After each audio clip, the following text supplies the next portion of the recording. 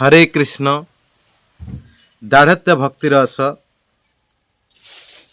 तृतीय अध्याय कर्णराज संवाद मनोवाच पुणी पुछई मन राय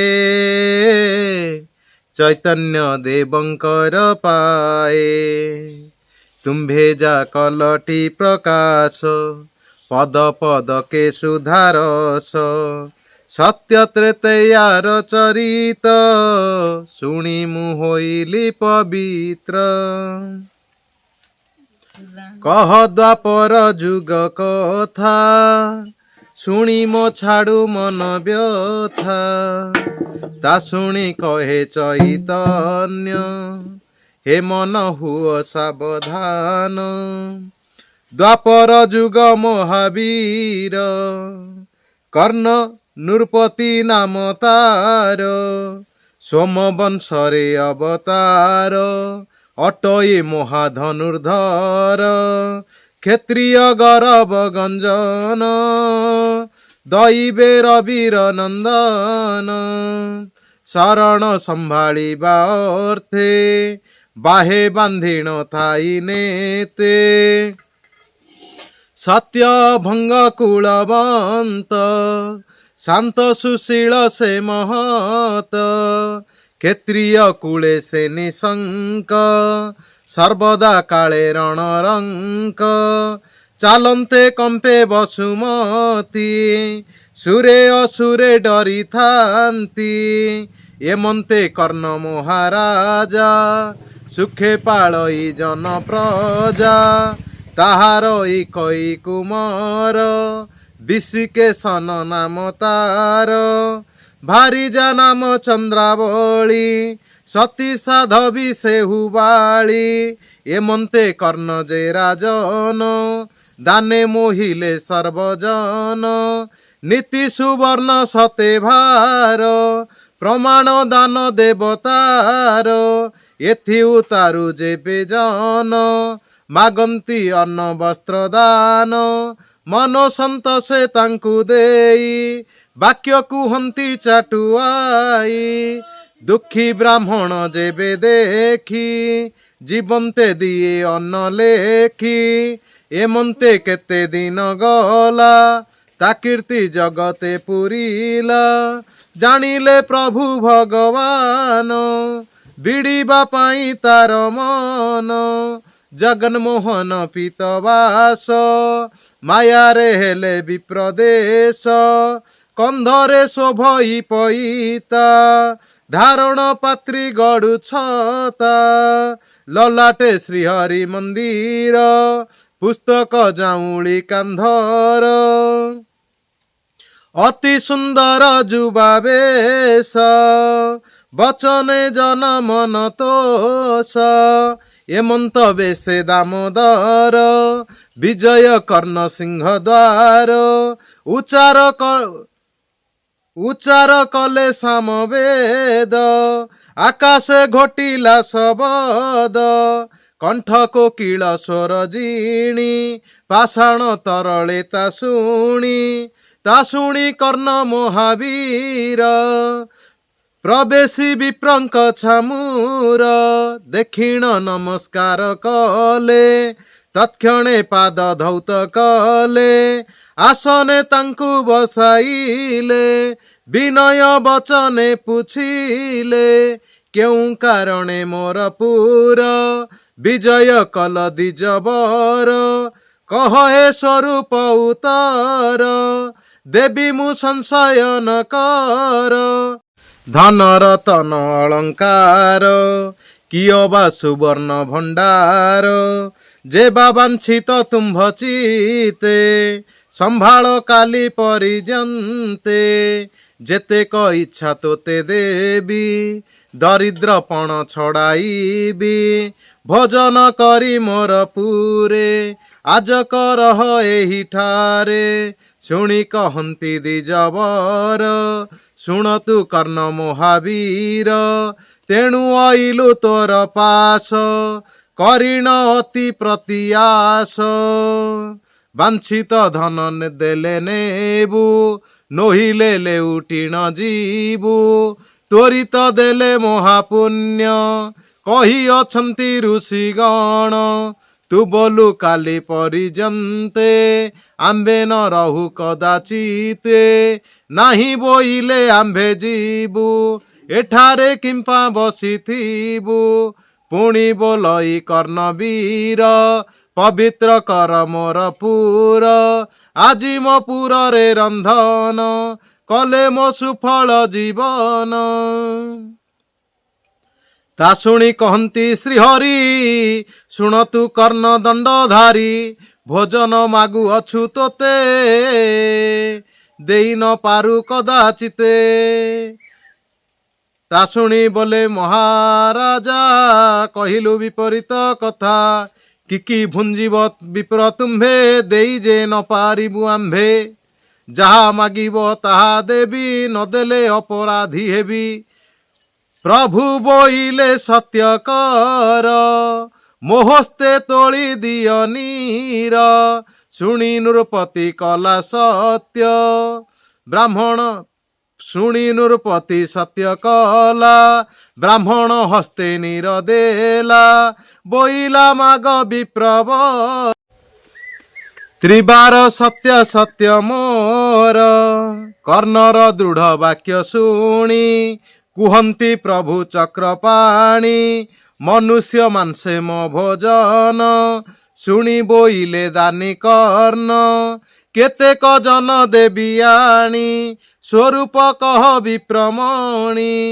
ତା ଶୁଣି ବୋଲନ୍ତି ଗୋସ୍ୱାଇଁ ଆନେ ମନୁଷ୍ୟ କାର୍ଯ୍ୟ ନାହିଁ ତୋ ପୁତ୍ର ବିଶିକେଶନକୁ ମାରିଣ ଦେବୁ ହୋ ଆମ୍ଭଙ୍କୁ ଆପଣା ସ୍ୱହସ୍ତେ ମାରିବୁ ଭାରିଜା ହସ୍ତେ ରନ୍ଧାଇବୁ ତେବେ ମୁଁ ଭୋଜନ କରିବି ନାସ୍ତି ବୋଇଲେ ଚାଲିଯିବି। ଭଗବାନ ଶ୍ରୀ ଦାମୋଦର କର୍ଣ୍ଣ ମହାରାଜାଙ୍କର ଦାନ ଶତଭାର ସୁବର୍ଣ୍ଣ ସେ ପ୍ରତ୍ୟେକ ଦିନ ଦାନ କରୁଥିଲେ। ସେହି ଦାନର ମହିମାକୁ ପରଖିବା ପାଇଁ ଶ୍ରୀ ଶ୍ରୀ ଦାମୋଦର କର୍ଣ୍ଣଙ୍କର ଗୃହକୁ ଏକ ବ୍ରାହ୍ମଣ ରୂପ ଧରି କର୍ଣ୍ଣଙ୍କର ଗୃହରେ ପହଞ୍ଚିଲେ ଏବଂ ସାମବେଦ ଅତି ସୁନ୍ଦର ସୁସ୍ୱର ସୁମଧୁର ଭାବରେ ଗାନ କଲେ। ସୁନ୍ଦର ମନ୍ତ୍ରଧ୍ୱନି ଶୁଣି କର୍ଣ୍ଣ ରାଜା ବାହାରୁ ଆସି ବିପ୍ରବରଙ୍କୁ ଦେଖିଲେ ଏବଂ ତାଙ୍କୁ ସୁଉଚ୍ଚ ଆସନରେ ବସାଇଲେ ଏବଂ କହିଲେ କାଲି ପର୍ଯ୍ୟନ୍ତ ତୁମ୍ଭେ ଅପେକ୍ଷା କର ତୁମ୍ଭେ ଯାହା ଦାନରେ ମାଗିବ ମୁଁ ଦେବି। ତାହା ଶୁଣି ବ୍ରାହ୍ମଣ ରୂପରେ ଥିବା ଦାମୋଦର କହିଲେ ହେ କର୍ଣ୍ଣ ରାଜା କାଲି ପର୍ଯ୍ୟନ୍ତ ଅପେକ୍ଷା କରିବା ପାଇଁ ସାଧୁସନ୍ଥ ମାନେ ମନା କରିଛନ୍ତି ତେଣୁ ମୁଁ ଯାହା ଦବାର ଅଛି ମୋତେ ଆଜି ଦିଅ। ଏ କଥା ଶୁଣି କର୍ଣ୍ଣ ରାଜା କହିଲେ ତୁମେ ମୋର ଗୃହକୁ ଚାଲ ଏବଂ କିଛି ପାକ ରନ୍ଧନ କରି ତୁମେ ଭୋଜନ କରି ମୋର ଗୃହକୁ ପବିତ୍ର କର। ଏ କଥା ଶୁଣି ବ୍ରାହ୍ମଣ ରୂପୀ ଦାମୋଦର କହିଲେ ଆମେ ମଣିଷ ମାଂସ ଯଦି ରାନ୍ଧିକିରି ଦବୁ ତାହେଲେ ଆମେ ତାକୁ ଭୋଜନ କରିବୁ। ଏ କଥା ଶୁଣି କର୍ଣ୍ଣ ରାଜା କହିଲେ ଠିକ୍ ଅଛି ତୁମର କେତେ ଜଣ ମଣିଷ ଦରକାର କୁହ ମୁଁ ଆଣିଦେବି। ଏ କଥା ଶୁଣି ଦାମୋଦର କହିଲେ ଅନ୍ୟ ମନୁଷ୍ୟରେ ମୋର କ'ଣ କାର୍ଯ୍ୟ ମୋତେ ତୋ ପୁଅକୁ ତୁ ମାରିକିରି ନିଜ ହାତରେ ମାରିକିରି ତାକୁ କାଟିବୁ ଏବଂ ତୋ ସ୍ତ୍ରୀ ଦ୍ୱାରା ରାନ୍ଧିକିରି ମୋତେ ଖାଇବାକୁ ଦେବୁ। ତାପରେ କ'ଣ କହୁଛନ୍ତି ଦାଢ଼ତ୍ୟ ଭକ୍ତି ରସ ଆସନ୍ତୁ ଶ୍ରବଣ କରିବା।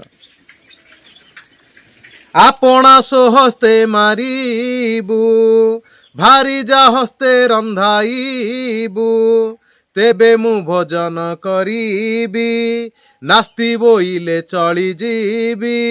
ଶୁଣି ବିଚାରେ ରାଜା ଚିତେ ପୁତ୍ରକୁ ମାରିବି କେମନ୍ତେ ନଦେଲେ ସତ୍ୟ ଭଗ୍ନ ହେବି ମଲେ ନରକ ସିନା ଯିବି। ଏଣୁ ମୋ ପୁତ୍ର ପଛେ ଯାଉ ନୋହିବି ସତ୍ୟ ଭଗ୍ନ ଆଉ ଏମନ୍ତ ବୋଲି ବିଚାରିଲା ଶୁଣ ହେ ବ୍ରାହ୍ମଣ ବୋଇଲା ତୁମ୍ଭେ ତ ବିପ୍ରକୂଳେ ଜାତ ଆମ୍ଭେ ଯେ କ୍ଷତ୍ରିୟ ସମ୍ଭୂତ କିପରି ମୋ ପାକେ ଭୁଞ୍ଜିବ ତୁମ୍ଭର ଜାତି ନଷ୍ଟ ହେବ। ତା ଶୁଣି ବ୍ରାହ୍ମଣ ଗୋସ୍ୱାଇଁ ବୋଲନ୍ତି ଶୁଣ ବୀର ତୁହି, ଆମ୍ଭର ଶାସ୍ତ୍ରେ ଅଛି ଯାହା, ଶୁଣ ତୁମ୍ଭଙ୍କୁ କହୁ ତାହା। ଯେ ଅବା ଶ୍ରୀହରି ଭଜଇ, ବ୍ରତରେ ନିଷ୍ଠା ଯାର ଥାଇ, ଯେ କରେ ପର ଉପକାର, ସତ୍ୟ ନ ଲଙ୍ଘେ ଯେଉଁ ନର, ରଣ ରଙ୍ଗରେ ଆଗୁସାର, ଦେବା ଦୟାରେ ନିରନ୍ତର, ନାରୀ ହୋଇଣ ପତ୍ରିବର୍ତ୍ତା, ନ ଲଙ୍ଘେ ନିଜ ସ୍ୱାମୀ କଥା, ଏମନ୍ତ ଲୋକଙ୍କର ଘର, ନ ପୁଛୁ ଜାତି ଗୋତ୍ର ତାର, ଭୁଞ୍ଜିବା ସତ୍ୟଟି ଆମ୍ଭର, ଶୁଣି ଚକିତ ନୃପବର। ନିଜର ପୁତ୍ରକୁ କିପରି ରନ୍ଧନ କରିବେ ବୋଲି କର୍ଣ୍ଣରାଜ ଯେତେବେଳେ ବିଚାର କରନ୍ତେ, ପୁଣି ତାଙ୍କର ବ୍ରାହ୍ମଣଙ୍କୁ ଜଳ ତିଳ ଦେଇକରି ଯେଉଁ ଶପଥ କରିଥିଲେ ସେ ଶପଥ କଥା ତାଙ୍କର ମନେ ପଡ଼ିଲା ଏବଂ ସେ କହିଲେ, ମୁଁ ସତ୍ୟ ଭଗ୍ନ କରି ମୋ ମୃତ୍ୟୁ ପରେ ନିଶ୍ଚିନ୍ତ ନର୍କ ଭୋଗ କରିବି, ଏଣୁ ମୋର ପୁତ୍ର ପଛେ ମରୁ, ମୁଁ ସତ୍ୟ ଭଗ୍ନ କରିବି ନାହିଁ। ଏମନ୍ତ ବିଚାର କରି ସେ ବ୍ରାହ୍ମଣଙ୍କୁ କହିଲେ, ହେ ବ୍ରାହ୍ମଣ, ଆମେ ହେଉଛୁ କ୍ଷତ୍ରିୟ ଆଉ ଆପଣ ହେଉଛନ୍ତି ବ୍ରାହ୍ମଣ, ଆପଣ କିପରି ମୋର ହସ୍ତରୁ ଭୋଜନ କରିବେ? ଆପଣଙ୍କର ଜାତି କ'ଣ ନଷ୍ଟ ହେବ ନାହିଁ? ଏହା ଶୁଣି ବ୍ରାହ୍ମଣ ରୂପରେ ଥିବା ଭଗବାନ କହିଲେ, ଯେଉଁମାନେ ଶ୍ରୀହରିଙ୍କର ଭଜନ କରନ୍ତି ଏବଂ ଯେଉଁମାନେ ବ୍ରତ ବିଧିକୁ ନିଷ୍ଠାର ସହିତ ପାଳନ କରନ୍ତି ଏବଂ ଯେଉଁମାନେ ପରର ଉପକାର କରନ୍ତି ଏବଂ ଯେଉଁମାନେ ସତ୍ ପଥରେ ରହିଥାନ୍ତି ଏବଂ ଯେଉଁମାନେ ସାଧୁସଙ୍ଗ କରନ୍ତି ଏବଂ ନିରନ୍ତର ହରିନାମ ଭଜନରେ ରତ ଥାନ୍ତି ଏବଂ ଯୁଦ୍ଧ ଯେତେବେଳେ ହେଉଥାଏ ଯେଉଁମାନେ ଯୁଦ୍ଧରେ ଆଗରେ ରହି ଯୁଦ୍ଧ କରନ୍ତି ବା ସମ୍ମୁଖ ଭାବରେ ରହି ଯୁଦ୍ଧ କରନ୍ତି ଏବଂ ଦାନ କରିବାରେ ଯେ ଅଗ୍ରଗଣ୍ୟ ଏବଂ ଯେଉଁ ନାରୀ ପତିବ୍ରତା ହୋଇଥାଏ ଏବଂ ନିଜ ସ୍ୱାମୀର କଥାକୁ ସେ ଏଡ଼େଇ ଦିଏ ନାହିଁ, ସେହିପରି ଲୋକର ଘରେ ଆମେ ନିଶ୍ଚିନ୍ତ ଭାବରେ ଭୋଜନ କରିଥାଉ। ଏ କଥା ଶୁଣି କର୍ଣ୍ଣ ରାଜା ଆଶ୍ଚର୍ଯ୍ୟାନ୍ୱିତ ହେଇଗଲେ। ତାପରେ ଚାଲନ ଶ୍ରବଣ କରିବା। ନବରେ ହୋଇଲା ପ୍ରବେଶ, ନିଜ ପତ୍ନୀଙ୍କୁ ରାଇ ପାଶ, କହିଲେ ଗଭୀର ବଚନ, ଶୁଣରେ ଯୁବତୀ ରତନ, କେବେଣ ଦେଶୁ ବିପ୍ରବର, ଆସି ମିଳିଲେ ସିଂହ ଦ୍ୱାର, ଅନେକ ବେଦ ଧ୍ୱନି କଲେ, ଭୋଜନ ଦେବୁ କି ବୋଇଲେ, ତାଙ୍କ ବଚନେ କଲି ସତ୍ୟ, ଏମନ୍ତ ବୋଲି ମାର ପୁତ୍ର, ବୋଇଲେ ସତ୍ୟ ଭଗ୍ନ ହୁଅ, ଆମ୍ଭଙ୍କୁ ଯାଅ ବୋଲି କହ।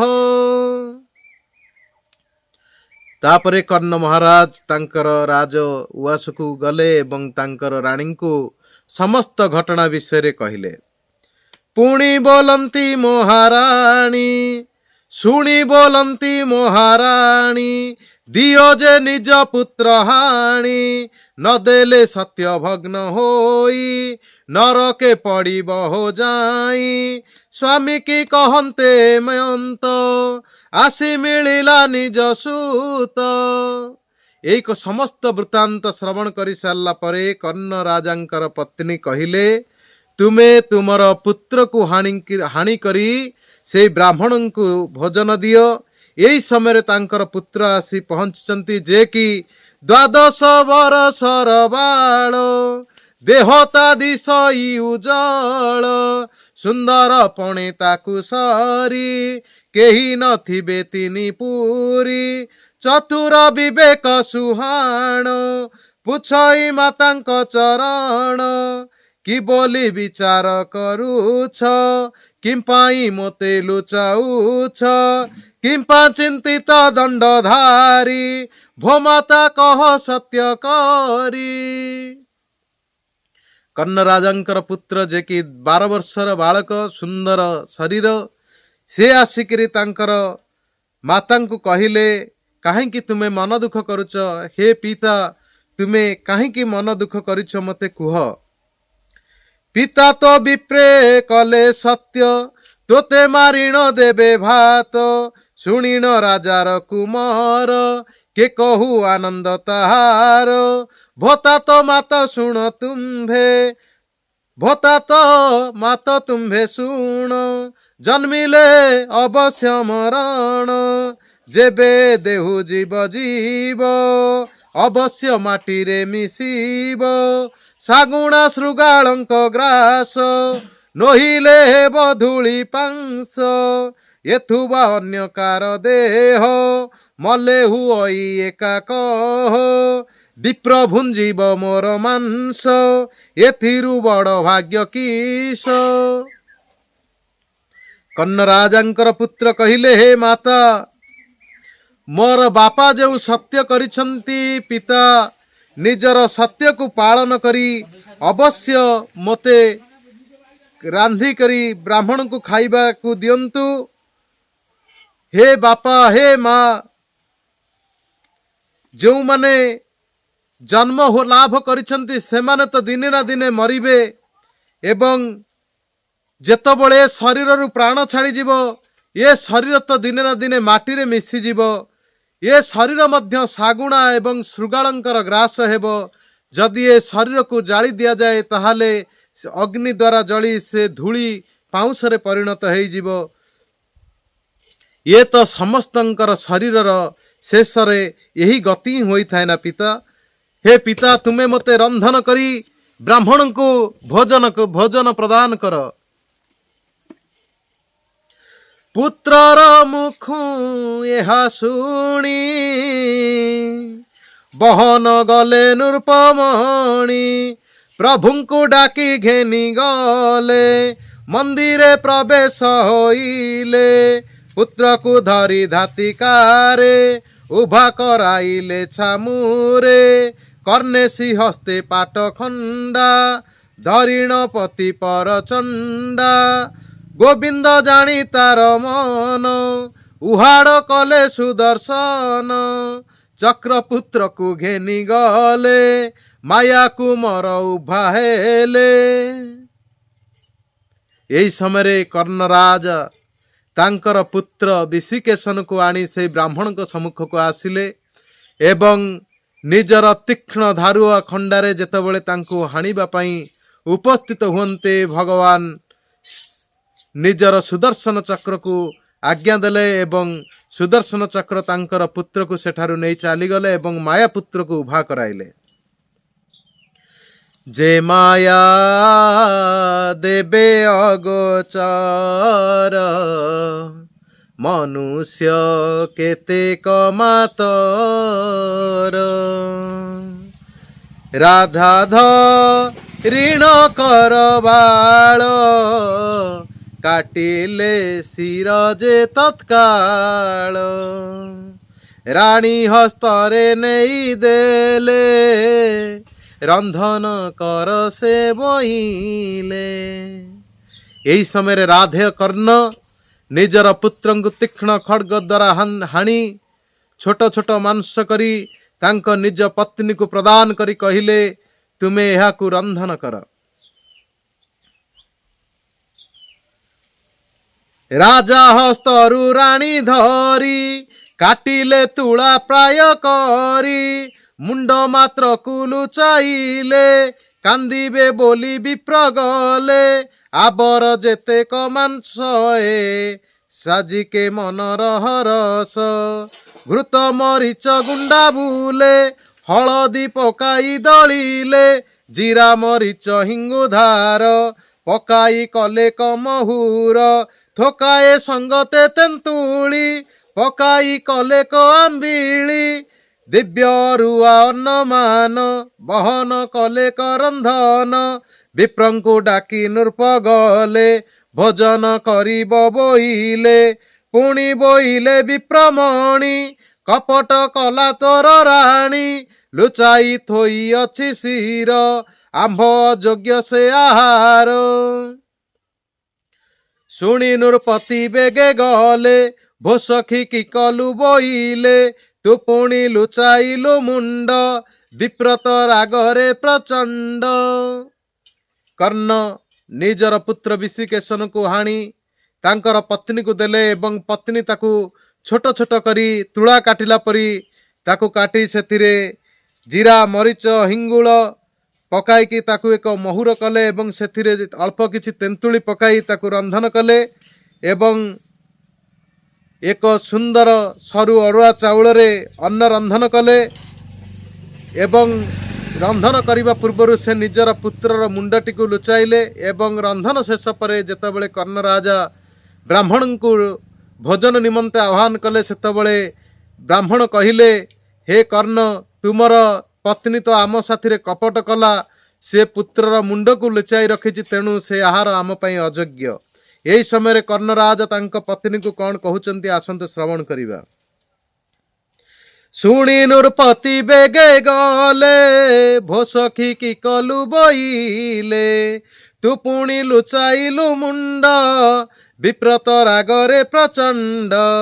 ଶୁଣି ଜାଣିଲେ ମହାସତୀ, ନିଶ୍ଚୟ ସେ ଅଟେ ମହାଯତି, ଏମନ୍ତେ ବୋଲେ ମୁଣ୍ଡ ଧରି, ଛେଚିଲେ ଖଣ୍ଡ ଖଣ୍ଡ କରି, ରାଧଣା ବିଧି ବେଗେ କଲେ, ବିପ୍ରଙ୍କୁ ଡାକି ନ ଆଣିଲେ, ଆସନ ପଦାସନ ଦେଇ, କଦଳୀ ପତ୍ରକେ ବିଛାଇ, ଆପଣା କର୍ଣ୍ଣ ମହାରାଣୀ, ସ୍ୱପକ୍ଷ ପରସିଲେ ଆଣି।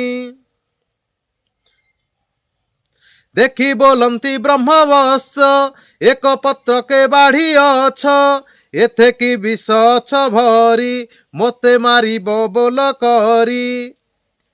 ତାପରେ ଦୁହେଁ ବ୍ରାହ୍ମଣଙ୍କୁ ଡାକି ଏକ ଆସନ ଦେଲେ ଏବଂ କଦଳୀ ପତ୍ରଟିଏ ଦେଲେ। ତାହା ଦେଖି ବ୍ରାହ୍ମଣ କହିଲେ, ଗୋଟିଏ କଦଳୀ ପତ୍ର କ'ଣ ପକେଇଛ? ତୁମେ କ'ଣ ଏ ଖାଦ୍ୟରେ ବିଷ ମିଶାଇକିରି ମୋତେ ମାରିବା ପାଇଁ ଷଡ଼ଯନ୍ତ୍ର କରୁନାହ କି? ଏ ଘରେ ଅଛ ଯେତେ ଜନ, ସମସ୍ତେ କରିବ ଭୋଜନ, ନୋହିଲେ ଲେଉଟିଣ ଯିବି, ମୁକିମ୍ପା ଏକାକୀ ଭୁଞ୍ଜିବି। ଶୁଣିଛ କି ତ ରାଜା ରାଣୀ, ଆବର ବେନି ପତ୍ର ଆଣି, ଅନ୍ନ ବ୍ୟଞ୍ଜନ ଯେ ବାଢ଼ିଲେ, ଭୁଞ୍ଜିବା ବୋଲ ଆରମ୍ଭିଲେ। ପ୍ରଭୁ ଜାଣିଲେ ତାଙ୍କ ମନ, ବୋଇଲେ ଶୁଣ ହେ ରାଜନ, ଆବର ପତ୍ରକେ ପକାଅ, ଭୁଞ୍ଜିବ ପରା ତୋର ପୁଅ। ଏହାପରେ କର୍ଣ୍ଣ ମହାରାଜ ଏବଂ ତାଙ୍କର ପତ୍ନୀ ଦୁଇଟି ପତ୍ର ପକାଇ ଅନ୍ନ ଏବଂ ବ୍ୟଞ୍ଜନ ବାଢ଼ିଲେ। ଏହା ଦେଖି ଭଗବାନ ଶ୍ରୀହରି ତାଙ୍କର ମନୋଭାବ ଜାଣି କହିଲେ, ଆଉ ଖଣ୍ଡିଏ ପତ୍ର ତୁମର ପୁତ୍ର ପାଇଁ ପକାଅ। ଶୁଣି ବୋଇଲେ କର୍ଣ୍ଣ ବୀର, କାହୁଁ ଭୁଞ୍ଜିବ ପୁତ୍ର ମୋର, ତୁମ୍ଭର ଦେଖୁ ଦେଖୁ ଏତେ, ହାଣିଲି ପରା ମୋର ହସ୍ତେ, ତା ମାଂସ କଲଇଁ ରନ୍ଧନ, ଆଉ କି ଅଛି ମୋ ନନ୍ଦନ। ଶୁଣି ବୋଇଲେ ନରହରି, ଶୁଣ ତୁ କର୍ଣ୍ଣ ଦଣ୍ଡଧାରୀ, ଏଡ଼େ ବିଶ୍ୱାସ ଅଛି ତୋର, କାହୁଁ ମରିବ ତୋ କୁମାର। କର୍ଣ୍ଣ ମହାରାଜ କହିଲେ, ହେ ବିପ୍ରବର, ତୁମର ସମ୍ମୁଖରେ ମୁଁ ମୋର ପୁତ୍ରଟିକୁ ହାଣି ଟିକି ଟିକି କରି ପରା ତାକୁ ରନ୍ଧନ କଲି, ମୋ ପୁତ୍ର କେଉଁଠୁ ଆସି ଭଲା ଭୋଜନ କରିବ? ତାହା ଶୁଣି ଭଗବାନ କହିଲେ, ହେ କର୍ଣ୍ଣ, ତୁମର ଯେଉଁ ବିଶ୍ୱାସ ଥିବା ଦୃଢ଼ ବିଶ୍ୱାସ ଯୋଗୁଁ ତୁମର ପୁତ୍ର କ'ଣ ମରିପାରିବ? ଆମ୍ଭେ ଯେ ଦେଉଛୁ କଲ୍ୟାଣ, ଲଭ ତୁ ଆପଣା ନନ୍ଦନ, ତୋ ପୁତ୍ର ଚିରଞ୍ଜୀବୀ ହେଉ, ଅନ୍ତେ ଗୋବିନ୍ଦ ପଦ ପାଉ, ତୋରାଣୀ ତୁହିବେ ନିଜନ, ଲଭ ହୋ ବୈକୁଣ୍ଠ ଭୁବନ, ଆମ୍ଭ କଲ୍ୟାଣ ଏହା ହେଉ, ତୋ କୀର୍ତ୍ତି ଯୁଗେ ଯୁଗେ ରହୁ। ଯାଅ ତୁ ଏବେ ଦଣ୍ଡଧାରୀ, ଡାକ ତୁ ପୁତ୍ର ନାମ ଧରି, ରାଣୀ ସଙ୍ଗତେ ତୁମ୍ଭେ ଯାଅ, ଦେଖ ଆସିବ ତୁମ୍ଭ ପୁଅ।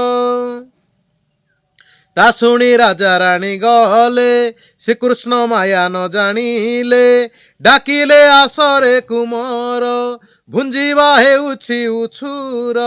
ମାତା ପିତାଙ୍କ ଡାକ ଶୁଣି, ଧାଇଁ ଅଇଲା ପୁତ୍ର ମଣି, पुत्र को देखी बाप माए अइले घेनिण तनए। कर्ण महाराज विप्रंकर कथा शुणी पुत्र पुत्र बोली डाकन्ते तांकर पुत्र आसी पहुंची गले।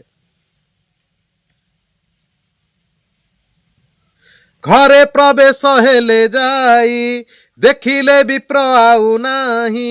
विचार कले मने मन निश्चय प्रभु भगवान। छार पुत्रर पाई गलु अमूल्य निधि हराइलु। आनर बळे की कथा मलारे जिए की सर्वथा। एमंत बोली तिनि जण चिते चिंतिले नारायण। प्रभु शून्य रे डाक देले मुहिटी श्रीहरि बोइले। आउ के मागिल भोजन पुत्र को न देबु मारिण। तापर जेतळे माता पुत्र कर्ण समस्ते आसी देखंती से ब्राह्मण जनक नाहंती। सेमाने जानी पारिले ये होचंती निश्चय श्रीहरि। एतिकी समय रे स्वर्गर शून्यवाणी हेला, हे कर्ण राजा मु हेउछि साक्षात श्रीहरि। आउ जदि तोर पुत्र को केही मारिकरी रंधन करने को दिए तू ताहा केबे करिबु नहीं।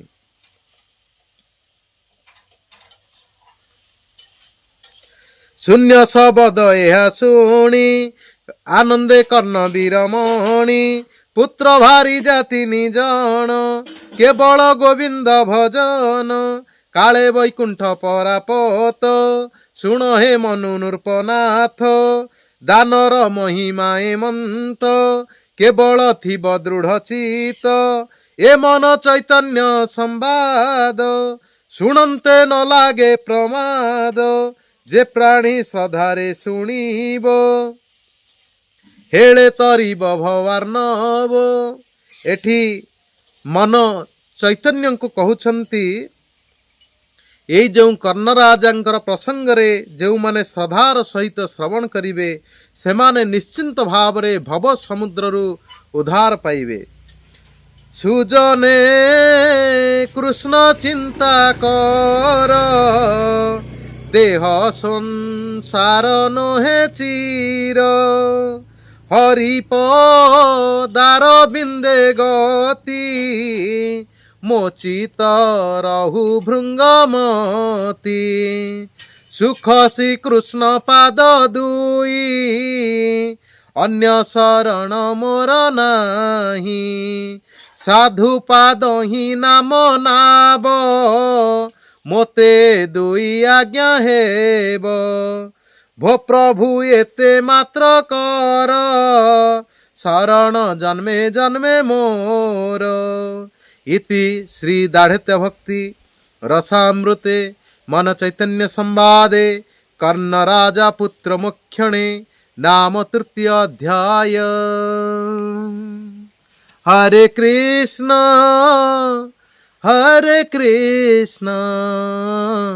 कृष्ण कृष्ण हरे हरे। हरे राम राम राम हरे हरे। नाम भज नाम चिंत नाम कर सार अनंत कृष्णर नाम महिमा अपार। हरे कृष्ण कृष्ण कृष्ण हरे हरे। हरे राम राम राम हरे हरे। ओम नमो भगवते वासुदेवाय। जय श्री कृष्ण।